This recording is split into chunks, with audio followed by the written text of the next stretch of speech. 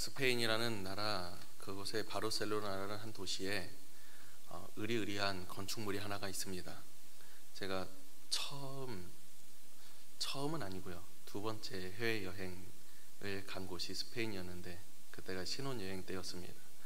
그것에서 본 건축물 중에서 가장 인상이 깊었던 그 건축물은 크기도 높이도 넓이도 어마어마했습니다. 높이만 해도 125m 이상을 목표로 되어 있는 건물이고, 지금으로부터 대략 한 90년 전쯤에 1926년, 대략 한 100년도 가까이 돼가죠. 한 그 정도 전에부터 건축을 시작해서 현재까지도 진행 중입니다. 100년을 기념으로 하는 다가오는 2026년의 완공을 목표로 해서 한 10년 전부터 이제 그 건축의 속도를 박차를 가해서 그때를 맞추려고 하는 그런 노력이 있는 건물인데, 이 건물은 성 파밀리아 성당, 성가족 성당이라고 불리는 대성당입니다.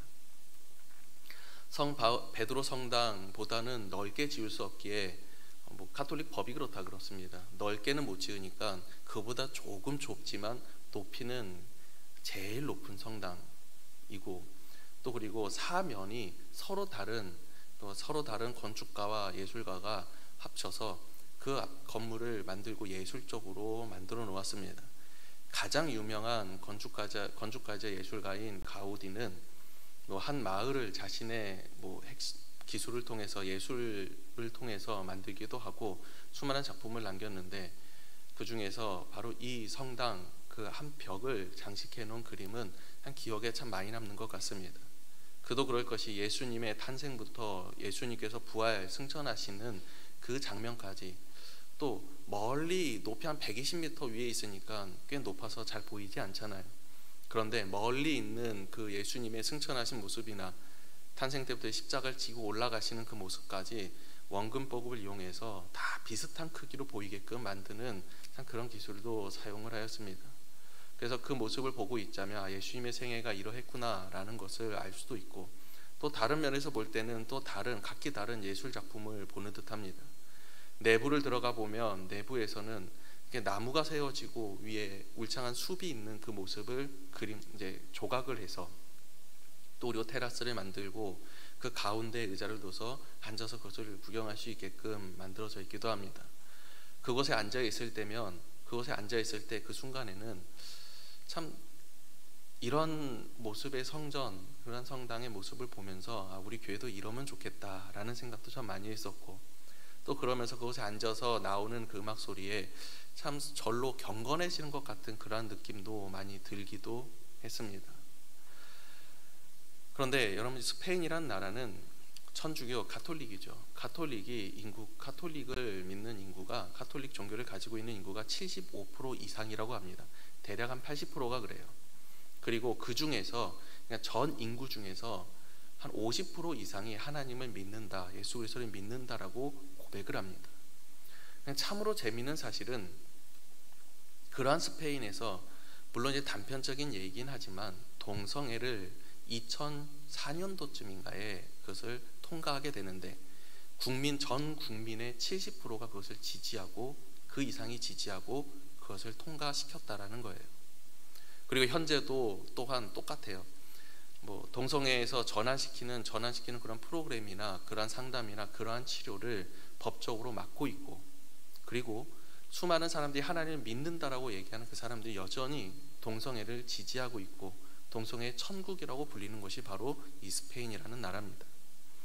어찌 보면 그렇게 수많은 사람들이 가톨릭 종교를 가지게 되고 또 하나님 믿는다라고 얘기하는 것에 대해서는 어느 지역을 가든 정말로 크고 좋은 성당들이 참 많이 있어요. 그러한 성전이 어떠한 기초를 하고 그렇게 좋은 영향력을 끼쳤을지는 모르지만, 그 안에 있는 실상을 보았을 때에 분명 그 수치는 가톨릭 국가이고 기독교 국가이지만, 그 속 내면을 보았을 때에는 하나님께서 가증하게 여기시는 그 죄악을, 그것을 마땅하게 받아들이고 합당하게 받아들이고, 또 그리고 그것이 합리적이라고 판단하며 그것을 자신들이 지지하는 그런 모습을 보면서, 참 그런 모든 것들이 그저 허울뿐이고, 또 그런 수치도 거짓된 것이며, 또 그 아름다운 건물도 어찌 보면 아무런 소용없고 쓸모없는 것이지 않을까라는 생각도 참 많이 하게 되었습니다. 여러분 어떻습니까? 우리에게 필요한 것은 무엇일까요? 우리에게 필요한 것은 의리의리한 성전이라든지 화려한 모습의 그런 장식되어 있는 공간은 아닌 것 같습니다. 물론 코로나 시대에 우리가 있기에 참 넓은 공간과 그리고 환기가 잘 되고 청결한 공간, 우리에게 있어서 참 중요해진 것도 사실입니다. 그리고 때에 따라 시에 따라서는 화려함과 웅장함도 필요할지 모릅니다. 하지만 그러한 모든 것들이 어찌 보면 우리의 신앙에 직접적인 영향력을 끼친다든지 우리가 추구해야 하는 신앙의 목표지는 아니라는 것입니다. 그렇기에 우리가 세워야 하는 것은 그러한 의리의리한 성전의 모습과 또 그리고 그러한 화려함이 아니라 우리가 세워나가야 할 것이 따로 있지 않겠습니까? 그것을 오늘 말씀을 통해서 우리가 발견하고 또한 그것을 세워나갈 수 있는 우리 모두가 될 수 있기를 원합니다. 오늘 본문에서 가나안 혼인잔치 이후에 공생의 첫 시작, 그 첫 시작에 첫 유월절을 시작하시는 예수님의 모습이 나타납니다. 제자들과 함께 예루살렘에 올라가면서 이야기가 시작되고 있습니다. 유대인들의 최대 절기 중에 하나인 것이 바로 유월절이고 우리가 말씀을 통해서 또 많이 들어보지 않았습니까? 여러분 밥상 기억나십니까? 유월절 밥상을 통해서 저보다도 더 잘 설명을 해주신 목사님 계시잖아요. 유월절이 어떤 절기였습니까? 분명히 그 유월절 어린 양의 피를 문설주의 바름으로 말미암아 그 10번째 장자의 그 죽음, 그 재앙을 넘어가게 되고 죽음의 전사가 그것을 넘어가게 되는, 그리고 그 구원의 감격과 기쁨을 하나님께 드리는 그것을 기억하는 절기가 바로 이 유월절이지 않습니까? 그렇게 수많은 유대인들이 아주 전국 각지에 퍼져 있는, 전 세계에 퍼져 있는 유대인들이 이 절기만 되면 그 한 주간 동안에 모이게 되는 수가 적게는 수십만에서 수백만이 모인다고 추정을 했다고 합니다. 그 많은 수가 모이는 그 절기에 예수님께서도 매년 하시던 대로 그 유월절 절기를 지키러 올라가신 것처럼 보입니다.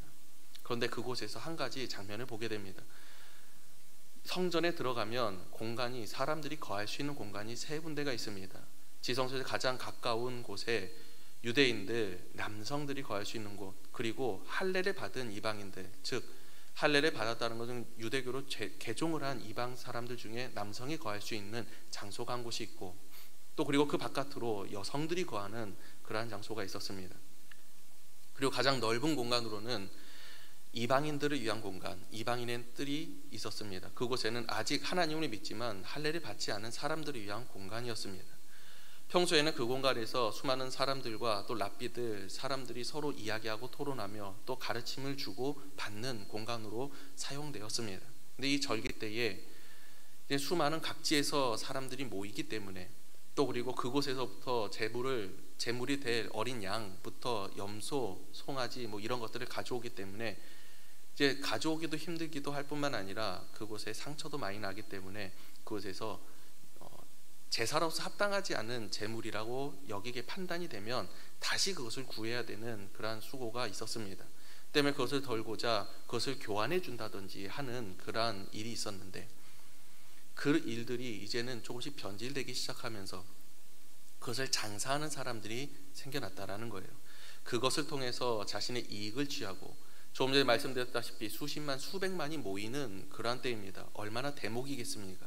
그때만을 노리는 사람들, 그리고 어차피 제사는 꼭 드려야 하기 때문에 아무리 폭리를 취한다고 할지라도 그걸 살 수밖에 없는 그런 사람들이 있기 때문에 그와 같이 판매를 하였고, 또한 준비해 오던 자들도 멀리서부터 준비해 오기에 자신이 스스로 그것을 구별해내고 선별해내고, 그리고 올 때부터 조심스럽게 그것을 가지고 오며 하나님께 드릴 제사를 미리부터 준비했을 그 사람들이 이제는 자신에게 있는 소유 물질만을 가지고 오면 이제 제사를 드릴 수 있게끔 그것이 변질되어 버렸다라는 거예요. 분명 편의와 편리를 위해서 시작되었던 것이 이제는 변질되어서 하나님의 예배에 대한 소중함과 또 그리고 준비하는 마음이 아니라 그저 편리함과 편의만을 바라보게 되는 그러한 일이 그 앞에 벌어지게 되었습니다. 그러니 얼마나 그것이 말 그대로 개판 5분 전이겠습니까?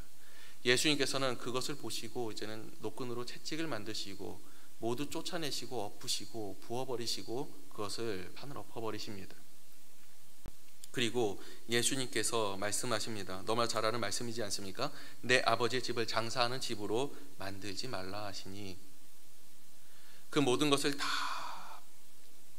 엎어버리고 예수님께서 내 아버지의 집을 장사하는 집으로 만들지 말라 라고 말씀하시니, 그때 유대인들이 나타납니다. 요한복음에서 유대인들이라고 하는 것은 예수님을 대적하는 사람들을 유대인이라고 얘기를 해요. 여기서 나타나는 사람들은 아마도 제사장 혹은 제사장의 수하들, 그리고 장사하는 사람들이었을 겁니다. 그들이 그 앞에 나와서 예수님께 대답하여 라고 기록되어 있지만, 우리나라 말로 보면 이 사람들이 꽤 자신의 판을 얻고 쫓아냈는데 매우 정중하게 얘기하는 것처럼 보일 수 있어요.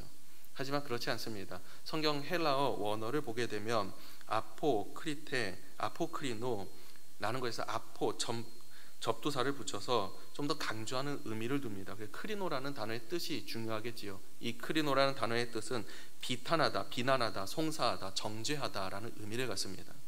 즉, 이 사람들 유대인들이 와서 예수님의 그 행하심을 보고 그들이 각자 분노해서 예수님을 정죄하면서 그 앞에 소리를 고래고래 지르면서 당신이 뭔데 이와 같은 일을 행하냐라고 이야기하는 거예요. 그 내용이 이와 같습니다.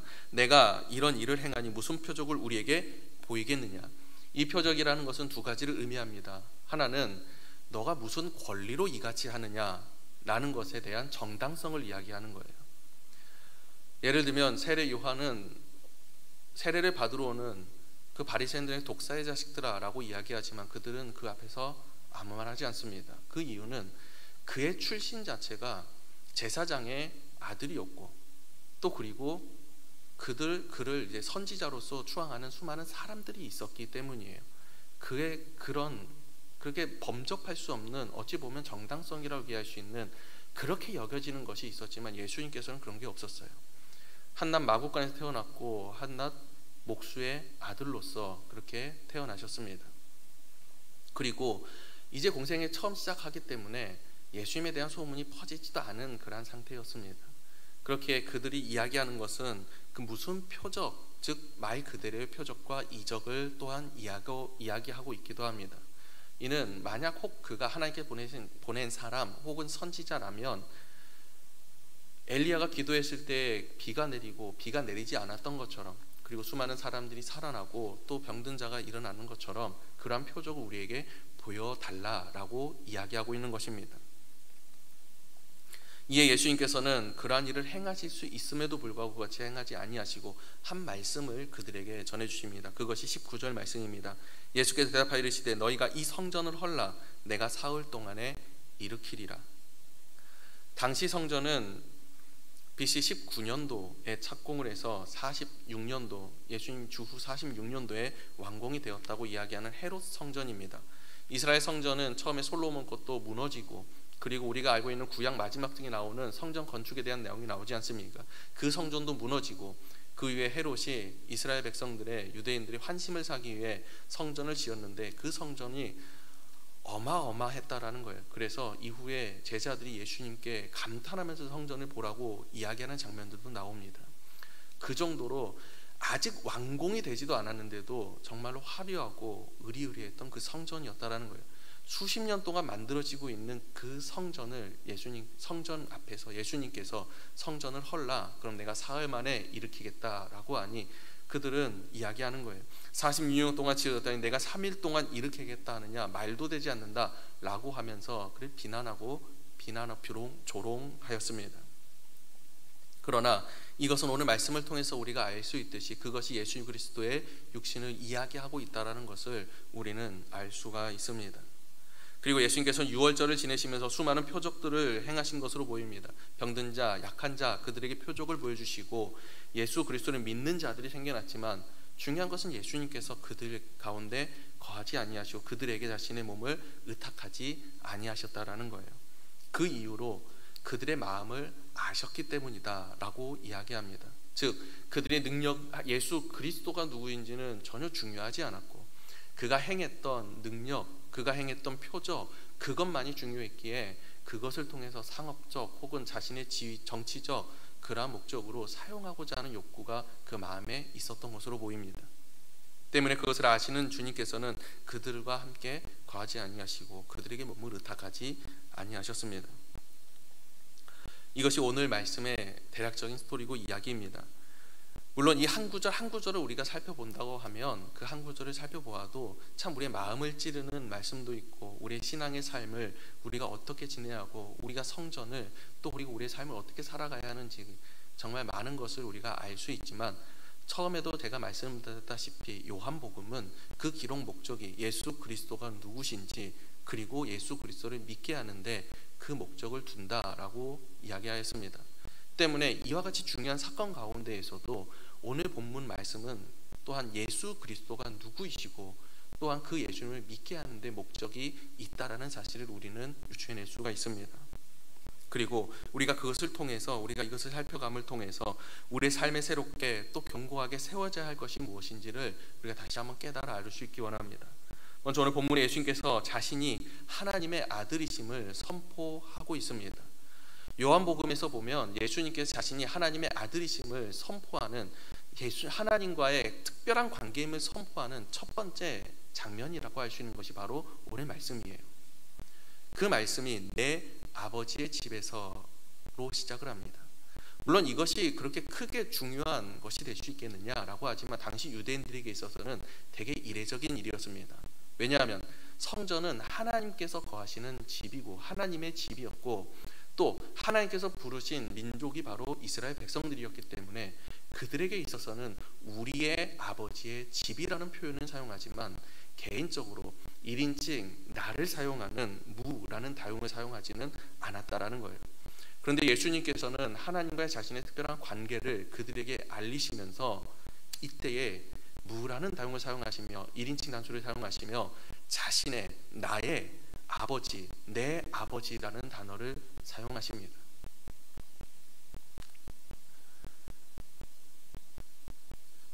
요한복음에 나오는 자신과 하나님과의 특별한 관계의 신분을 직접적으로 선포하는 처음 시작되는 장면이라고 할 수 있습니다. 그리고 이는 이제 예수님께서 행하시는 모든 행사나 모든 일들은 자신의 사람의 권위가 아니라 신적 권위를 가지고 있음을, 하나님의 아들의 권위를 가지고 하나님께서 행하시는 일임을 그가 선포하고 있는 장면이라고 이야기할 수 있습니다. 그리고 조금 전에도 말씀드렸다시피 이는 오래된 관습이었습니다. 때문에 예수님께서 매년 6월절 어린 시절부터 올라갔을 때마다 보았던 그러한 장면이지만, 유독 오늘 이 시점에서, 예수님께서 공생을 시작하는 이 시점에서 그들을 쫓아내시며 성전을 정화하시는 사건은 그가 개인적인 어떠한 혈기나 어떠한 그러한 것 때문에, 한 열심 때문에 이와 같은 일을 행한 것이 아니라 이 모든 것들 또한 자신의 개인적인 일이 아닌 하나님께서 원하시는 하나님의 뜻을 행하는 일이라는 것을 밝히 우리에게 알려주고 있는 말씀이기도 합니다. 그리고 그것을 통해서 예수님께서는 하나님의 뜻을 대변하고 있는 하나님의 특별한 관계의 아들임을 이야기하고 있고, 또한 예수님께서 자신이 고난받을 6월절 어린 양이 되심을 또한 선포하고 있습니다. 먼저 6월절이 가까운지라, 이 가깝다라는 표현을 사용하면서 이 예수님의 제자, 이 저자 요한은 예수님께서 공생의 시작을 알리시면서 6월절을 먼저 알리시면서 결국 예수님께서 행하신 일은 6월절 어린 양, 6월절 어린 양으로서 하나님께 드려진 제물이 되셨다라는 것을 알게 하고자 하는데 이와 같이 기록을 하였다라는 거예요. 가깝다라는 말은 임박했다라는 의미를 갖습니다. 때문에 이것은 두 가지 의미를 갖습니다. 구원의 날로서의 임박함을 이야기함과 동시에 예수님의 그 사역이 이와 같은 십자가의 그 임박함을 이야기하고 있는 장면이기도 합니다. 또한 15절 말씀에 예수님께서는 노끈으로 채찍을 만드시고 양이나 소나 성전에 다 내쫓으시고 돈 바꾸는 사람들의 돈을 쏟아지며 상을 엎으셨습니다. 이러한 단어 하나하나를 사용하면서 예수님께서 이후에 당하게 되는 순환과 그러한 고난을 잘 표현을 하고 있는 그런 말씀이기도 합니다. 가장 먼저 노끈으로 채찍을 만들어서 그런 모든 부정한 것들을 다 쫓아내었는데, 이 쫓아내다라는 것은 밖으로 내어 던지다, 몰아내다라는 의미를 갖습니다. 이와 같이 유대인들은 그 채찍을 가지고, 또한 그 채찍과 그런 모든 것들을 가지고 예수 그리스도를 몰아내고 때리고 그러한 모습을 우리가 이후에 살펴볼 수 있지 않습니까? 또한 그 이후에 쏟다라는 이 표현은 어떠한 물 액체 같은 것을 쏟아내는 것을 의미하는데, 이런 동전을 쏟다라는 것을 이 단어를 굳이 사용한 이유는 예수 그리스도께서 이후에 쏟게 되실 그의 피와 그의 물을 이야기하고 상징하고 있는 것으로 우리가 볼 수 있습니다. 또한 상을 엎으시는 것은, 엎다라는 것은 파괴하고 뒤집다라는 그런 행위를 이야기하는데, 예수 그리스도의 육신이 찢기게 되고 그 육신이 파괴되는 그 모습을 우리가 볼 수 있는 것처럼, 이처럼 예수님께서 성전을 정하시며 하나님의 집을 깨끗게 하시려고 이와 같이 행하셨지만, 유대인들은 이후에 자신들의 그 모든 것을 지키기 위해 반대로 예수 그리스도에게 채찍을 휘두르며 내쫓으며, 또 그리고 엎듯이 모든 것을 쏟아내게, 물과 피를 쏟아내게 하며, 또 뭐 엎듯이 그 모든 육체를 그렇게 찢어 버렸다라는 사실입니다. 이와 같은 일을 행하실 분, 유월절 어린 양으로서 문설주에 발랐던 그 피의 역할을 감당하실 분으로서 예수 그리스도께서 오셨다는 사실을 오늘 이 말씀을 통해서 우리는 또 선포되고 있습니다. 이같이 예수님께서 하나님의 아들로서 이 땅에 오셨고 그의 모든 사역은 유월절 어린 양의 길을 걸으심을 나타내고 있습니다.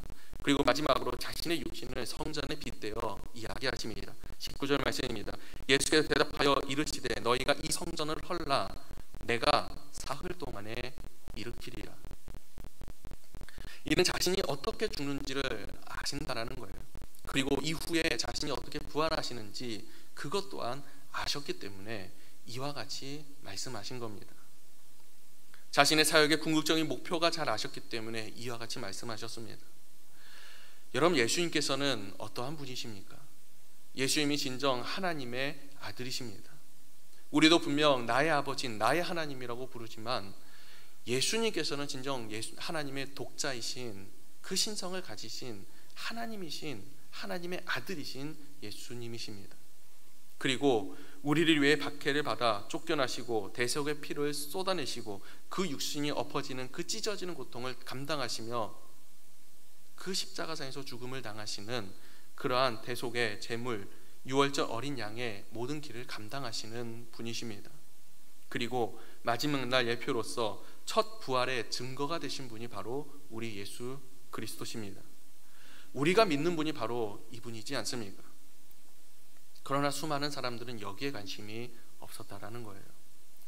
예수님께서 이후에 어떤 이적을 행하셨는지 정확히 기록되어 있지는 않지만 늘 하셨던 것처럼 병든 자, 약한 자, 소외된 자를 찾아가 그들을 고치시고 그들과 함께 하시는 모습을 분명히 보여주셨을 거예요.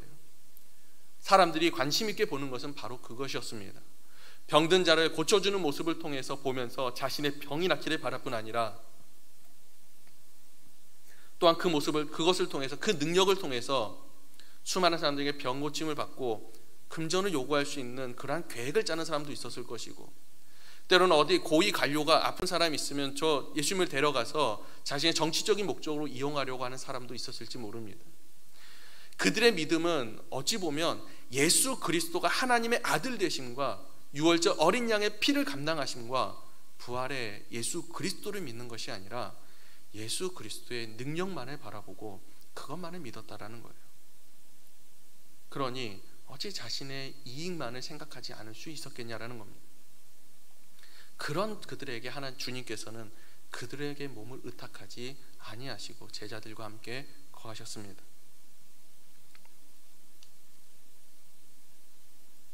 더욱이 예수님께서는 자신의 육신을 성전에 빗대어 말씀하시지 않았습니까? 이것이 의미하는 바가 매우 크다고 할 수 있습니다. 당시의 성전은 어떠한 역할을 감당하는가? 하나님께 제사를 드리는 하나님의 임재가 나타나는 곳이 바로 성전입니다. 그리고 하나님과의 관계를 맺는 곳, 하나님과 깊은 교제가 일어나는 곳이 바로 이 성전입니다. 그런데 이 성전의 기능이 오래전부터 이미 그 기능을 상실한 지가 오래되었다라는 거예요. 그저 소욕을 위한 장소가 되었고 판매를 위한 장소가 되었고 장사꾼들의 강도의 소굴이 되어버린 그러한 곳이 되어버렸습니다. 그러한 곳을 주님께서는 헐라라고 이야기하시며 자신의 육신에 빗대어 사흘 만에 다시 세워나는 새 성전을 이야기하시는 거예요. 그 성전이 바로 예수 그리스도라는 것입니다. 예수 그리스도께서 자신의 성전으로서 말씀하신 이유는 예수 그리스도를 통해야만 우리가 하나님의 임재를 맛볼 수 있고, 예수 그리스도를 통해야만 우리가 주님 하나님과의 교제를 우리가 맛볼 수 있기 때문이라는 거예요. 그렇기에 우리가 이제 세워나가야 하는 것은 이 땅의 의리의리한 교회나 어떤 화려함이나 수많은 행사나 여러 가지 그런 눈에 보이는 것들이 아니라 예수 그리스도라는 이름의 성전을 세워나가야 한다는 것입니다. 여러분, 우리의 성전은 예수 그리스도십니다. 눈에 보이는 교회당이 이곳이 전부가 아니라는 거예요. 우리가 이곳에 모였지만 주님께서 이곳에 함께하지 아니하신다면 그보다 무가치한 장소가 어디에 있겠습니까? 이 교회라는 장소는 하나님을 예배하며 기도하는 장소예요. 하나님과 깊은 교제가 있는 그러한 장소일 텐데, 이곳에 예수님이 와 계시지 않는다면, 그 이름이 함께 거하지 않는다면 우리에게 무슨 소용이 있겠냐라는 거예요. 우리에게 수많은 기적들을 보여주셨기 때문에, 우리에게 수많은 나에게 어떠한 이익을 주셨기 때문에, 나의 삶을 윤택해 해주셨기 때문에 우리가 주님을 믿고 있는 것이 아니지 않습니까? 어떠한 이적을 우리에게 보여주셨기 때문에 우리가 그를 믿고 있는 것이 아니라는 거예요. 그럼 이번 주는, 돌아오는 주는 종교개혁주의입니다. 우리가 개혁교회로서 날마다 우리는 새롭게 본질로 돌아가야 하고 개혁해야 하는 것이 사실입니다. 근데 그 개혁이라는 것이 눈에 보이는 장사치만을 쫓아내고 어떠한 모습만을 바꾸고 이러한 것을 개혁이라고 이야기하지 않습니다. 본질이 바뀌는 거죠. 우리의 모든 본질이 바뀌게 되는 것, 우리의 성전이 다시 새롭게 세워지는 것, 예수 그리스도라는 그 이름의 성전이 세워지는 것, 이것이 바로 개혁이 아니겠습니까? 우리의 믿음은 예수 그리스도가 보여주신 어떠한 기적이나 이적 때문에 가지게 된 것이 아닙니다. 예수 그리스도께서 하나님의 아들 되심을 믿고, 예수님께서 우리에게 보여주신 그 구원의 역사, 그 십자가의 사역, 구속사의 사건을 우리가 믿고, 또 마지막 때에 부활한다는 그 예표로서 그 부활하신 주님이 그 첫 열매가 되신 그 주님을 우리가 믿는 그 믿음 가운데 서 있지 않습니까? 그렇게 날마다 새로워져야 하는 것, 그 세워져야 하는 것은 예수 그리스도라는 이름의 성전이 되기를 원합니다. 그리고 이 성전은 우리가 믿음으로 세워나갈 수 있습니다. 어떻게 이 성전을 세워나갈 수 있을까 말씀을 계속 묵상하다가 한 가지 발견한 것이, 반대로 예수 그리스도의 성전을 세워나가지 못한 사람을 발견하게 되었는데, 그것이 마지막에 나오는 사람들이에요. 분명 예수님의 표적을 보고 믿는 사람들이었습니다. 믿음을 가졌다라고 얘기하고 믿는다라는 말을 하였지만 예수님께서는 그들 가운데 거하지 아니하셨고 그들에게 몸을 의탁하지 아니하셨습니다. 자신의 몸을 빗대어 성전이라고 말씀하신 예수님께서 자신의 몸을 그들에게 의탁하지 아니하셨다라는 것이 큰 의미가 있지 않겠습니까? 반대로 예수님께서 몸을 의탁하시며 그들과 함께하는 사람은 어떠한 사람이겠습니까? 믿는다라는 그 말만, 허울만 가지고 있는 사람이 아니라 진정으로 예수 그리스도께서 하나님의 아들 되심을, 그 구속자의 사건 가운데 그 나를 위해서 죽으시고 또 부활했다는 사건을 믿는 자들에게, 그것을 고백하는 사람들에게 하나님 주님께서는 우리와 함께 하시며 그 몸을 우리에게 의탁하시지 않겠냐라는 거예요. 그렇기에 우리는 그저 믿음 말만으로, 입술만으로 믿는다라는 허울뿐인 믿음을 가지지 않기를 원합니다. 예수님께 진정을 하나님의 아들 되셨다는 사건을 우리는 기억하기를 원합니다. 그리고 예수님께서 행하신 모든 사건은 우리의 모든 죄를 대속하시기 위한 유월절 어린 양의 사건이라는 사실을 기억하기 원합니다. 그리고 반드시 마지막 때에 예수님께서 부활하셨던 것처럼 우리도 부활한다는 사실을, 그것을 믿으시기 원합니다. 베드로가 예수님 앞에서 그 가버나움에서 이같이 고백하지 않습니까? 주는 그리스도시요 살아계신 하나님의 아들이십니다. 그때 예수님께서 이처럼 말씀하십니다. 내 이름은 베드로다. 반석 위에 굳게 서리라 말씀하시며 그 이름 위에 교회를 세우겠다 말씀하셔요. 저는 이 말씀을 다시 한번 묵상을 하면서 온몸의 전율을 느끼는 것을 깨달았습니다. 우리가 예수 그리스도라는 이름을 믿고 예수님을 고백할 때에 생기는 것은 우리 안에 믿음의 반석이 생겨나고 또 그 안에 교회가 세워진다라는 거예요. 그 성전이 세워진다라는 겁니다. 예수 그리스도라는 이름에 결코 넘어지지 않고 새로운 그 성전이 우리 안에도 이 믿음을 통해서 세워질 수 있기를 원합니다.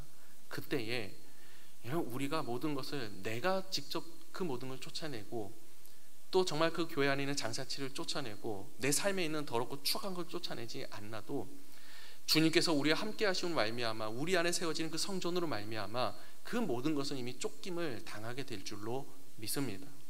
가장 먼저는 우리 교회 안에 이 예수 그리스도의 이름의 성전이 세워질 수 있기를 원합니다. 그저 허울뿐인 모습의 예배도 아니고, 예배가 아니라 때로는 어떠한 편리나 편의만을 우리가 추구하는 것이 아니라 진정으로 하나님 예수 그리스도의 이름을 찬양하며 예수 그리스도께 정말로 함께 하시는 그러한 교회가 되고, 그 믿음에 굳게 서는 그러한 교회가 되어서 이 예배 가운데 임하시는 하나님을 만나고 또 깊은 교제가 일어날 수 있는 그러한 교회가 될 수 있기를 원합니다. 그리고 우리 육신과 우리의 삶이 그와 같이 되어지기를 원합니다. 우리의 몸은 예수 그리스도께서 거하시는 그러한 성전이다, 머리가 되시는, 예수 그리스도의 머리가 되시는 성전이다 라고 이야기하지 않습니까? 우리의 육신은 이미 예수 그리스도의 십자가에 달려 죽음을 당하실 때에 우리의 육신 또한 그 십자가에 달려 죽은 줄 믿습니다. 그렇기에 이제 나의 생명과 나의 모든 것들은 예수 그리스도로 말미암은 것이 되며 그와 함께하는 것이 된 줄로 믿으시길 바랍니다. 이제 내 안에 살아있는 것, 내 중심에 세워지는 것은 예수 그리스도의 이름이 되기를 원하며, 또 우리 안에 흐르는 피와 물은 예수 그리스도의 보혈과 그 피가 될 수 있고 그 물이 될 수 있기를 원합니다. 그리고 그로 말미암아 우리의 모든 걸어가는 삶은 예수님께서 그 유월절 어린 양의 그 죽음의 길로 달려가시며 그 구원의 길로 달려가셨던 구속자의 삶을 걸어가셨던 것처럼 우리도 그 길을 함께 따라갈 수 있기를 합니다. 그리고 마지막 때에 반드시 그 예표가 되신 첫 부활의 열매, 그 예수님과 같이 우리도 부활의 그것을 기억하면서 기대하면서 그렇게 달려갈 수 있는 우리 모두가 될 수 있기를 원합니다.